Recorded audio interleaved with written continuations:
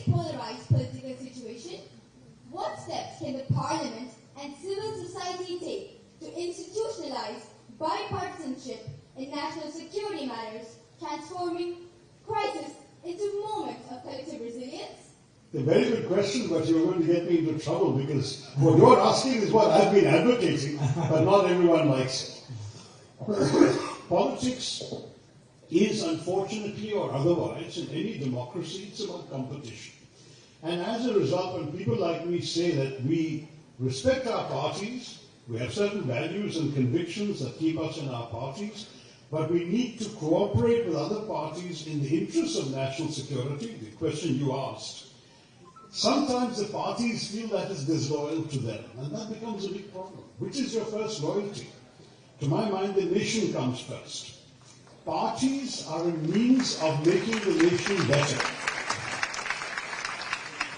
So to my mind, whichever party you belong to, the objective of that party is to create a better India, in its own way.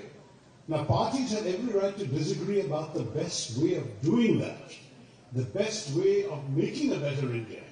Some of us may say, let's say, more capitalism, some may say more socialism, some may be in favor of certain kinds of regulatory controls, some may be against too much regulation. So you have different points of view, that's fine. But ultimately, we must all be committed to a better India, a safer India, an India whose borders are protected, whose territory is safe, whose people's well-being can be nurtured. And that is my commitment. And that's, if we hold that ideal up, that kind of spirit should cross all parties, not just bipartisan, but multi-partisan. You asked about Parliament. In our Parliament today, there are 46 political parties. There must be some issues in which they all unite. That's certainly my passionate conviction. But it's not easy. As you know, if you're following the news, a lot of people have been very critical of me because of the stand I've taken supporting our armed forces and our government and what happened recently in our country and on our borders. But I will stand my ground because I believe this is the right thing for the country.